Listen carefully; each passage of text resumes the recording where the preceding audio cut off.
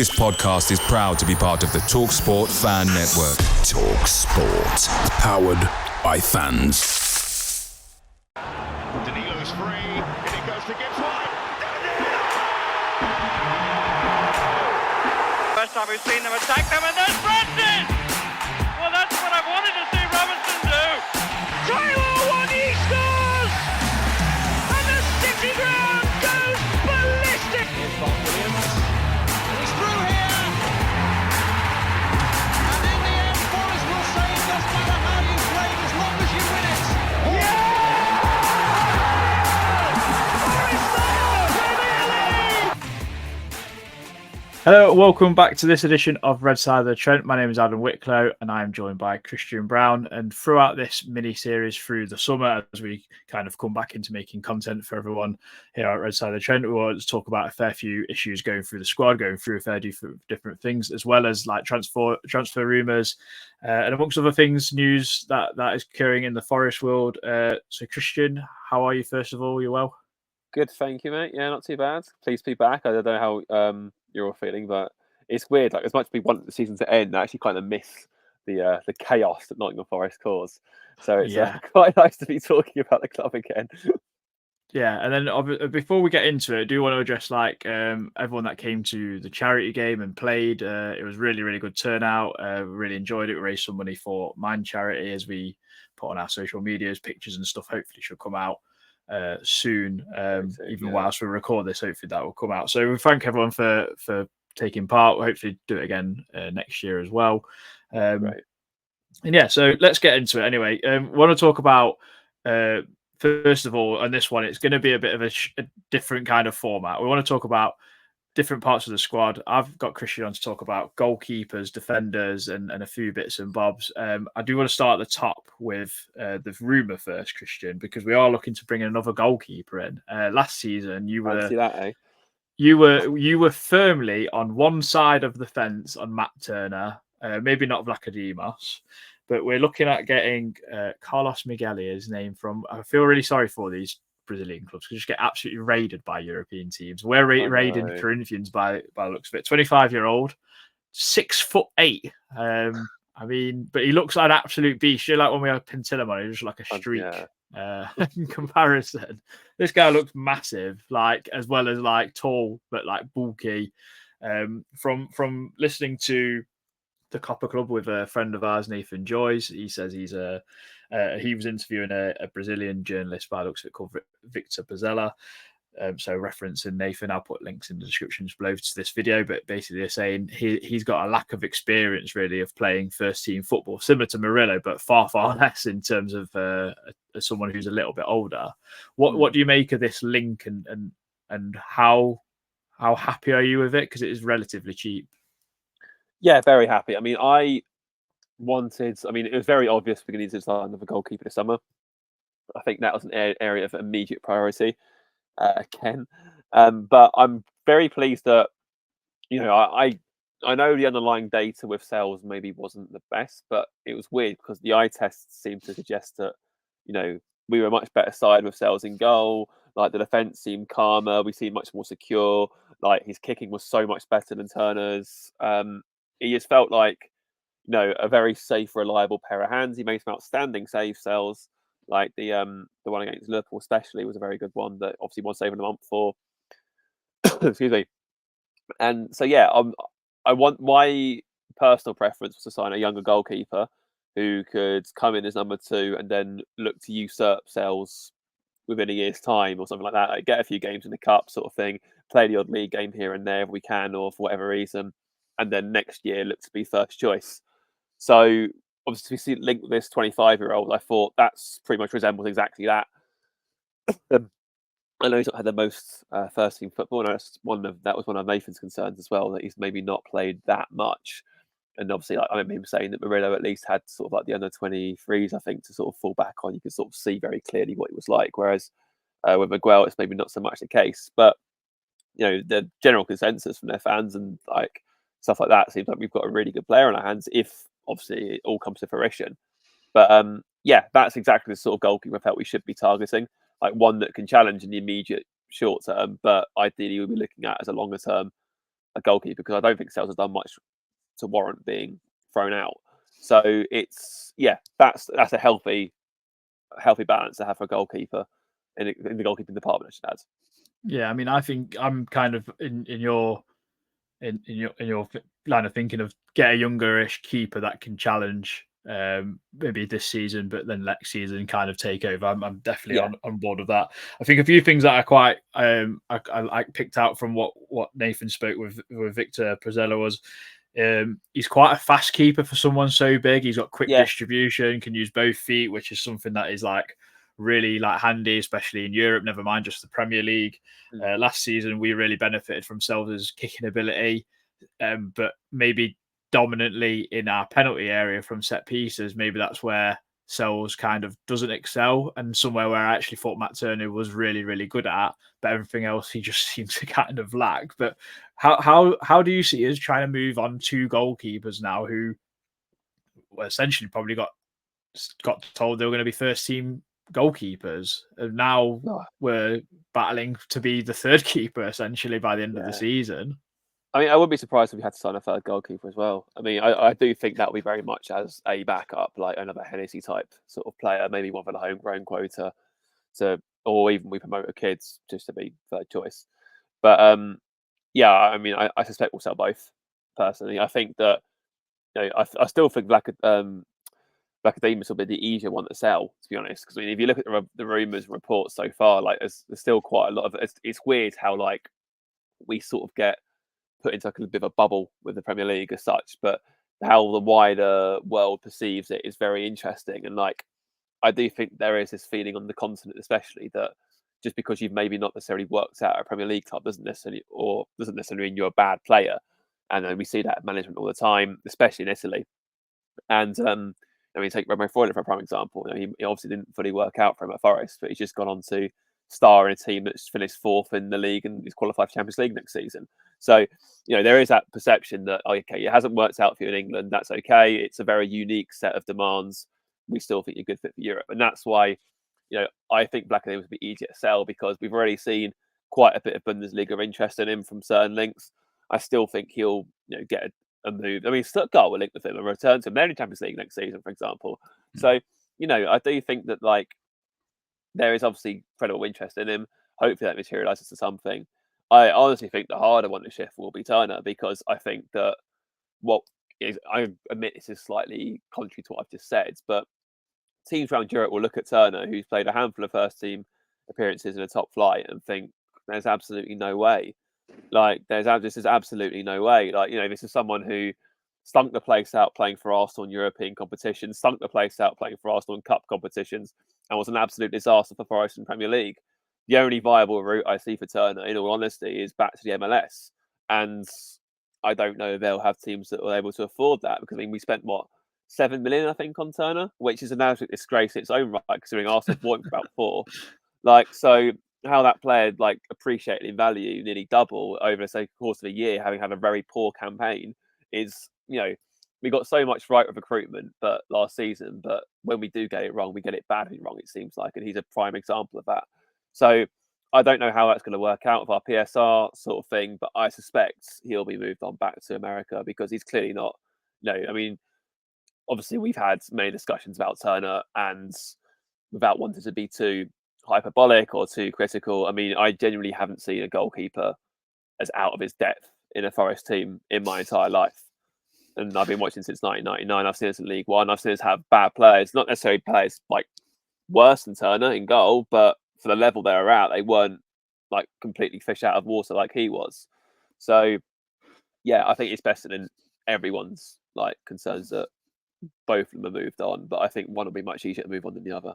Yeah, and I don't think the couple of goals he let against Colombia the other day were going to help his cause either. Some just like going straight through him, like quaver wrists when it's just not sure. I think it's just Americans like a hide as a whole. I don't mean to like sound stereotypical. I'm sorry if we have any American listeners, but they just they have this tendency to overrate their players while simultaneously underrating everyone they're playing against. Like, obviously, I'm obviously half Colombian. I'm sure some of you know that, and like seeing the build up to the friend. It's only a friendly. Obviously, Colombia haven't lost a game in like 2 years. And they were saying like, "Oh yeah, we'll beat these easy." You know, come beat Spain like in England fairly recently as well. And they were like, "Oh yeah, this will be a walk in the park." You know, easy game. We've got all these players who play in Europe and this sort of stuff. And you know, it was an absolute trouncing.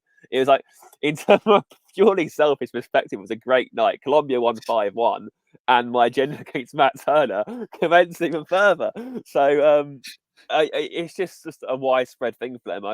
It's been exactly it was the same with Reina to a lesser degree, but Turner especially. Like, I mean, we all saw it. Like, you know, that Eagle account popping up on Twitter and you're going off some very, very one-sided stats that didn't paint the full picture. It hasn't worked for him. He seems a nice enough chap, to be fair to the guy. Like, you know, I saw the coffee club thing that Forrest posted, and he came across as very genuine and a very nice chap. But unfortunately, we're not in the business of hiring nice people. Otherwise, you know, you don't. That's not professional sport, unfortunately. So yeah, I think we might have a bit of an issue shifting him, similar to how we had a bit of an issue shifting Larrea.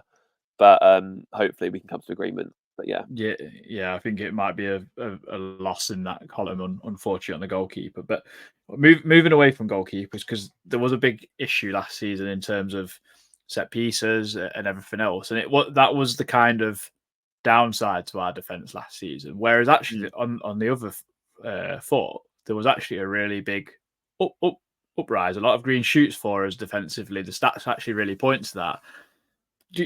With like our defence, like we're going to lose quite a few players. We arguably lose Joe Worrell.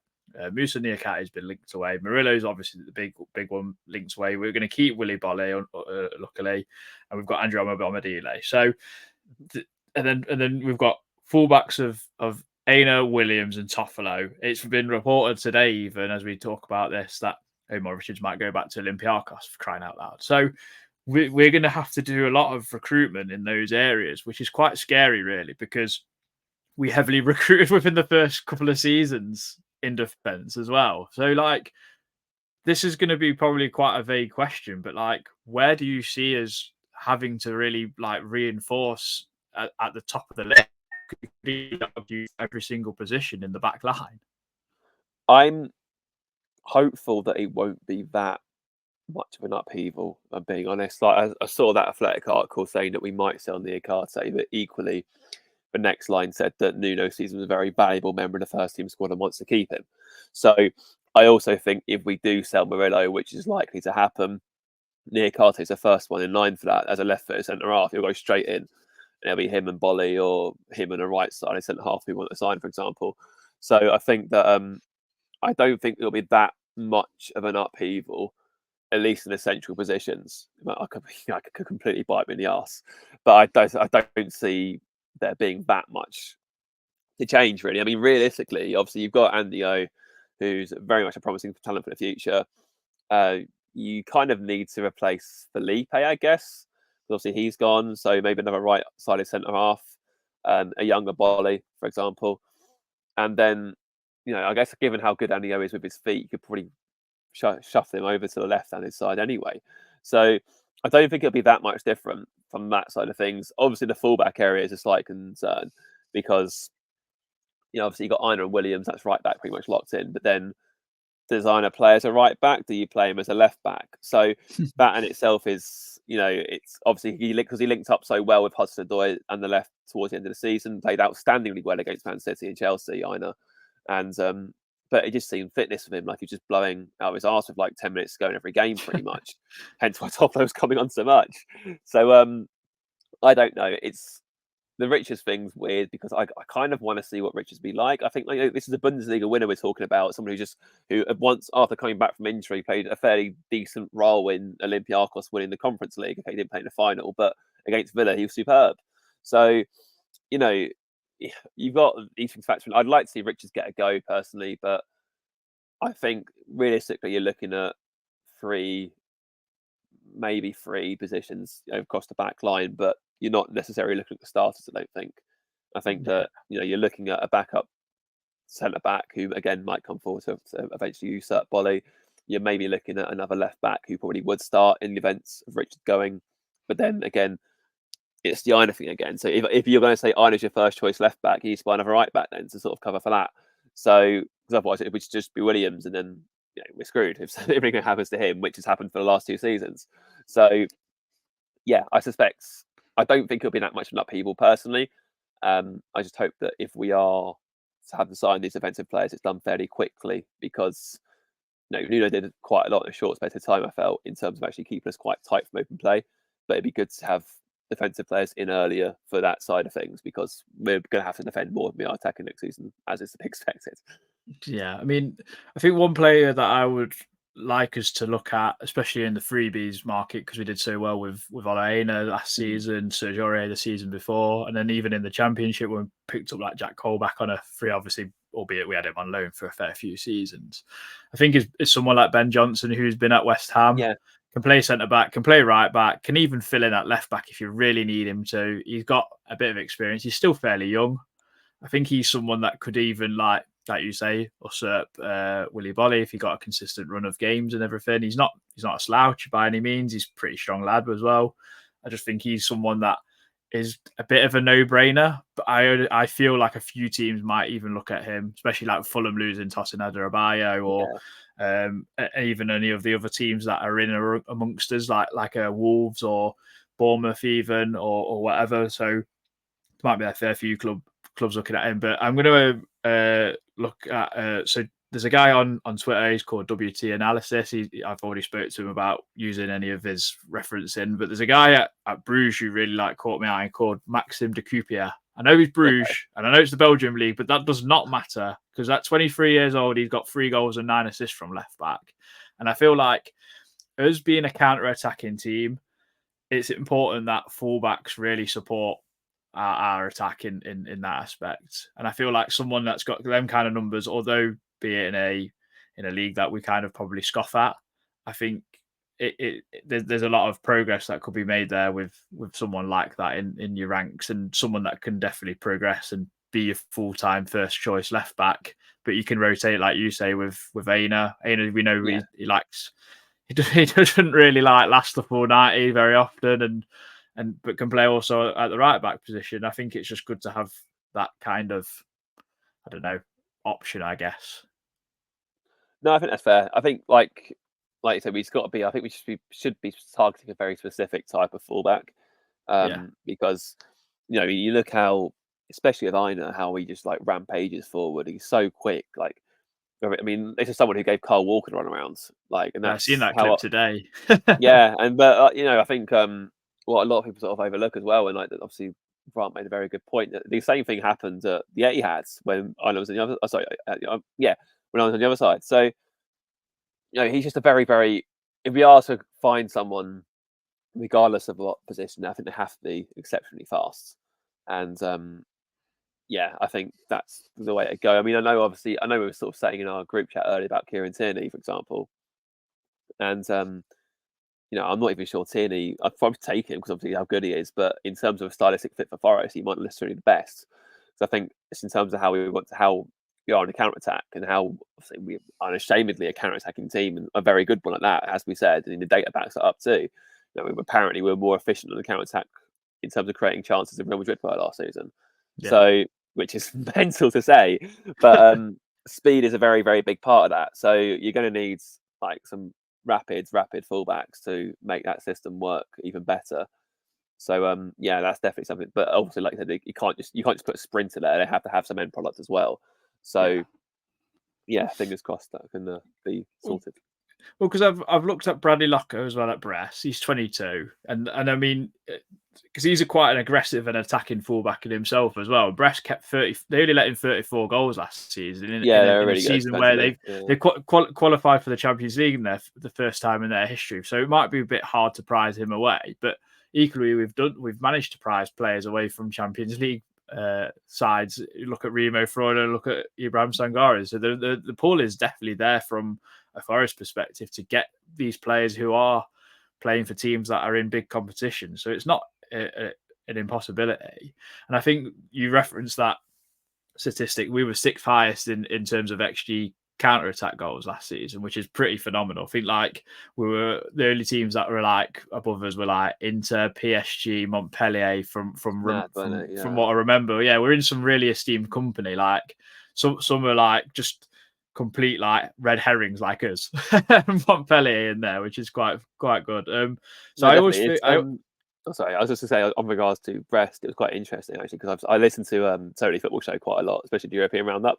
Other podcasts are available, of course, and yeah, I know Jules Laurent has like spoken about Brest quite a fair bit this season, saying that I think they went like on a stupid run where they get like 8 clean sheets in a row or something like that, or they're barely conceding anything. So yeah, I mean, obviously, like I said, it would be a bit of an arse to price someone away from a newly registered Champions League side, but someone of that ilk would be great. I know there's that left back we're looking at in France, anyway, isn't it? Apparently, the one at Lille, I think I've seen. right.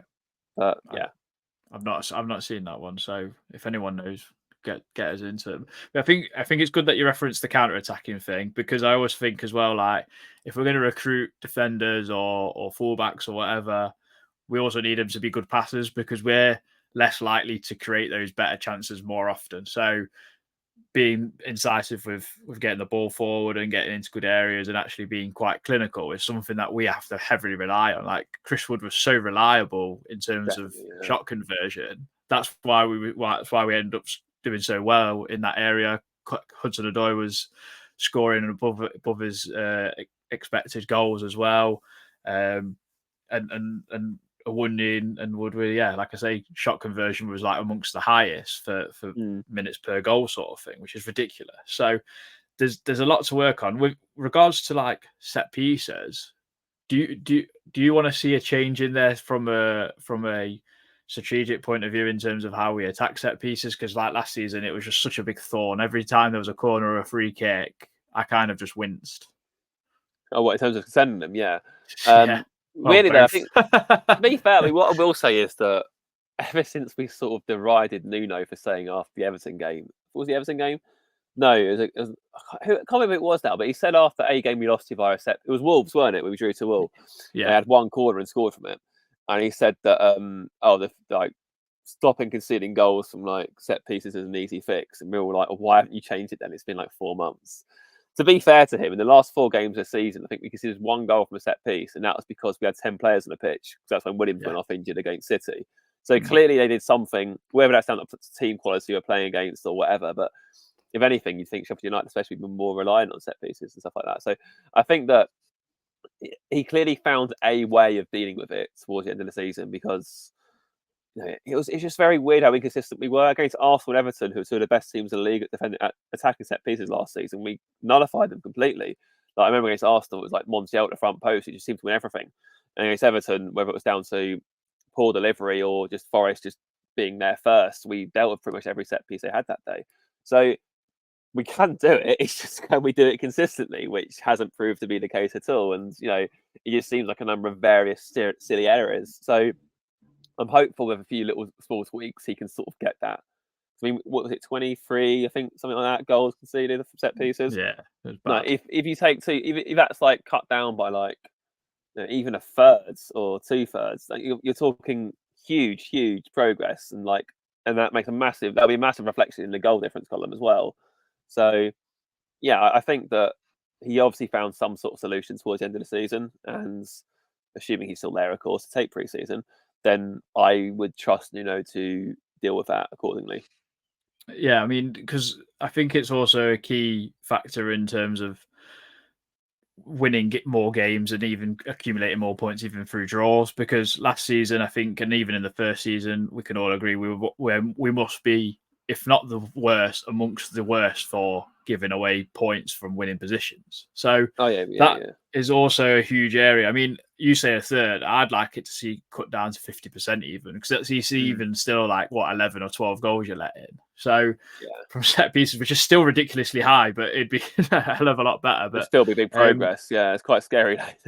Yeah, but to talk about the good side of things, from open play, only Arsenal, City, and Liverpool finished above us for like XG against. If you're a stat nerd and you enjoy that sort of thing, we should have only expected to concede 48.2 goals this season, which is absolutely ridiculous. That's like Champions League, Europa League kind of European football kind of numbers. We're in 60 or more. But that was of May the 2nd that's from the Over 14 account. I'll put his link in the description below because he's a really good one to follow. Although I now kind of should count like Newcastle and Aston Villa out of that. It should be like the other 12, really, because that's just how the league's going. So there's definitely some green shoots to kind of be excited about in terms of our defending. I know could kind of sound boring. It's the boring side of football, but at the end of the day, you titles are won from being good at the back and progressing. We need to be better at the back, really. But to just put it into perspective, the gap between us and third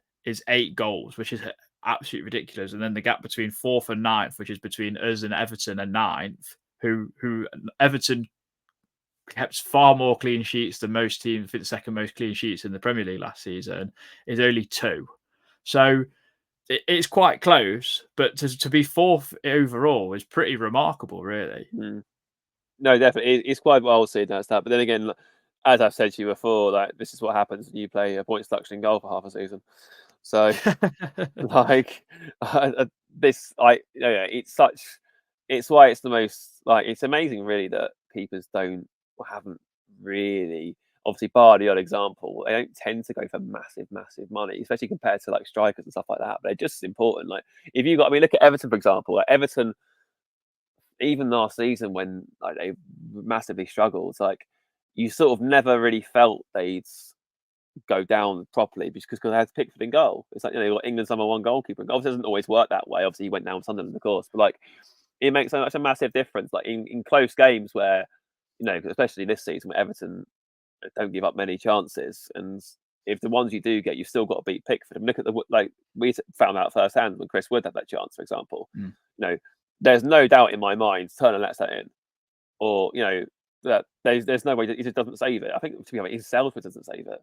But having a quality goalkeeper can be such a massive impact. So yeah, that's one of the reasons why that number is so high, because I can think of at least 6 goals Turner was accountable for. So yeah. Well, and to help Everton's case, 2 centre halves were probably amongst the best in the Premier League, arguably statistically. Yet Jared Branthwaite's not gone to the Euros. I don't know how. Well, that's a different matter.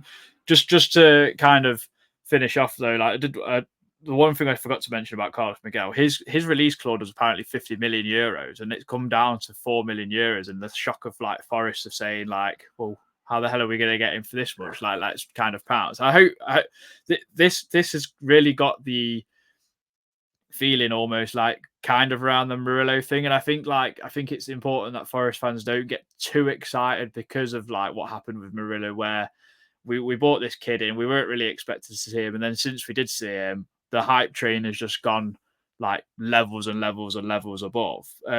So if we do get him, it's 4 million euros. I don't think we should expect too much. I think what we said, he's coming as a second keeper with the prospect that he kind of dethrones Sells as number 1, and we can kind of go from there. But I did want to ask you about Murillo and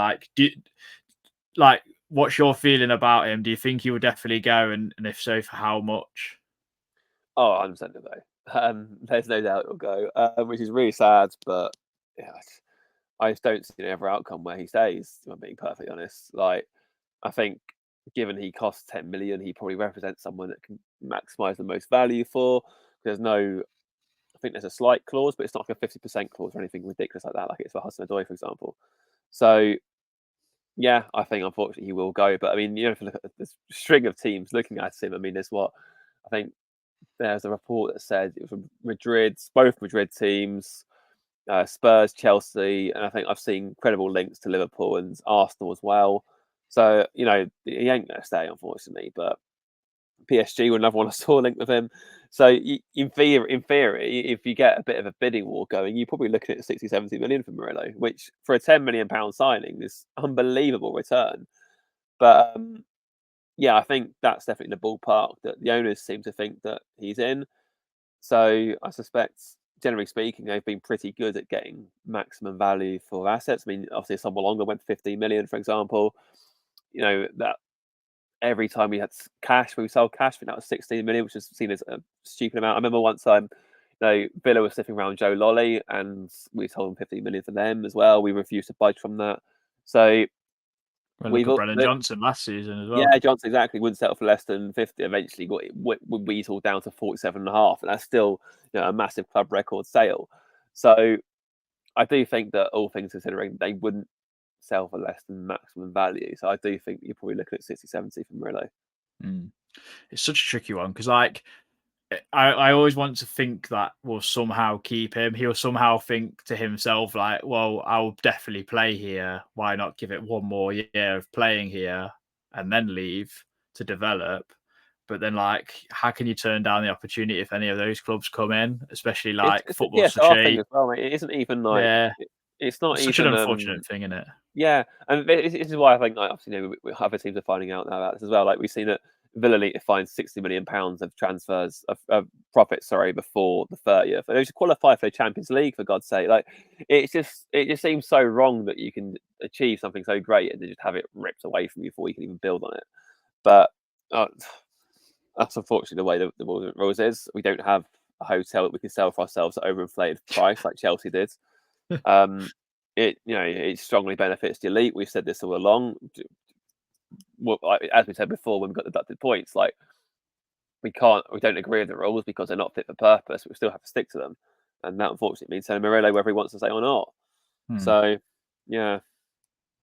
I kind of get like this feeling that depending on what happens with Man City, because their trial started as we speak this week, that could have a huge impact on what happens going forward. Because if they get away with it and there's like very like lenient or no punishment, clubs are going to be absolutely outraged. As in Everton mostly, Leicester will be if they get a points deduction coming their way. They will get a points deduction. That's happening, isn't it? Yeah, so like, points some point, so it's going to be a very interesting summer in that regard. I think my heart says that I want. My heart says like Murillo will stay. Head says he'll go, and I'd rather he go abroad than see him at another Premier League club because I just don't want to see him because I just know how we've said it on this podcast before. We just know how good he is. I know like not all the numbers kind of like point in the direction of him being a really good defender, but I think until you see him, I just think like he's a world beater. He's just got so much ability. Like, the world is his oyster at the end of the day, and it's up to him. And I've got every fibre in my body says that he will be an absolute Galactico Brazilian 100 caps easy. But we just never know in football. It's a strange game. I do think like the sky's the limit for Murillo. I think, I agree with you. It's been such a joy watching him develop this season. How he's just taken to it so calm in his strides. I mean, like, the audacity. I mean, I know obviously we conceded from him doing it, but the audacity to think that, oh, you know what, I'm just going to take like 5 people on at Anfield and see what happens.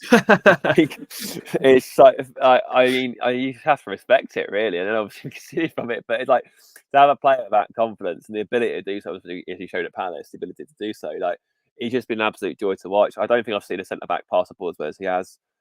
I don't think I've seen many midfielders pass the ball as well as he can. Literally, like, but he's obviously I think the only real weakness he has is in the air, and obviously he's still going to make a few green decisions if you like, because obviously he's still so inexperienced. But there's so much to work with there. I do think that whatever top club he goes to, because he will go to top club, he ain't going to go to some like mid-table team or anything like that.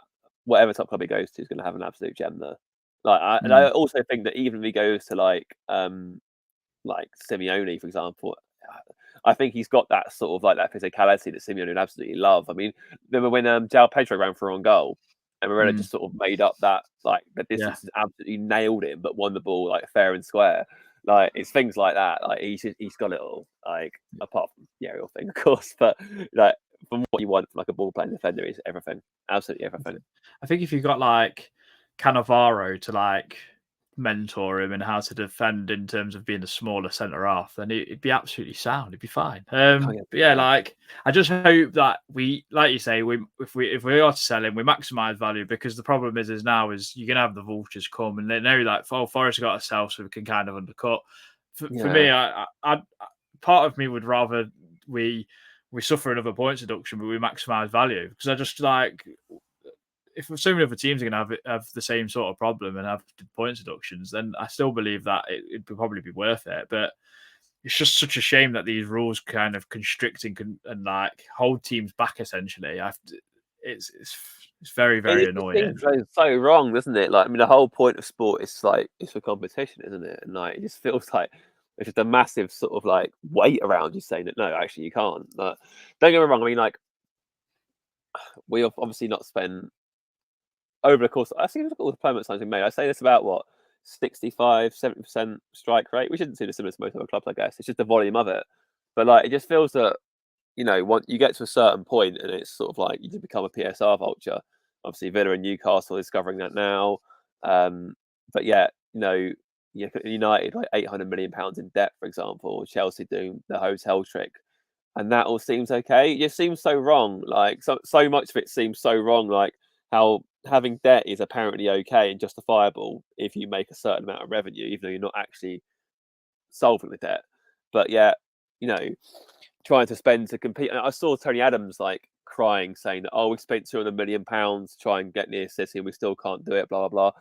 We spent like £150 million to try and compete with like bloody Bournemouth and Everton, and we got duck points for it. Like, grow up. Like, so, like, I just can't wait till the rules change and are more sort of like, befitting what the Premier League's meant to be about, because at the minute it's fast becoming a close shop.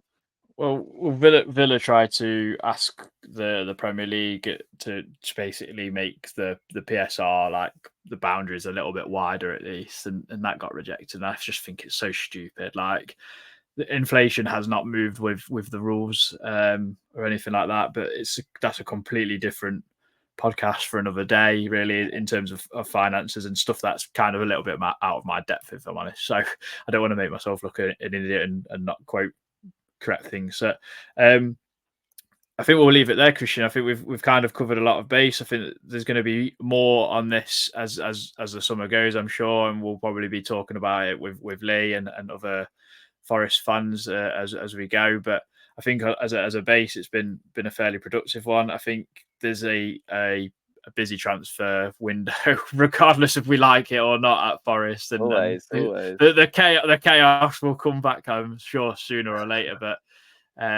we've got the Euros to look forward to this coming Friday. So that'll be fun to get our teeth into as well.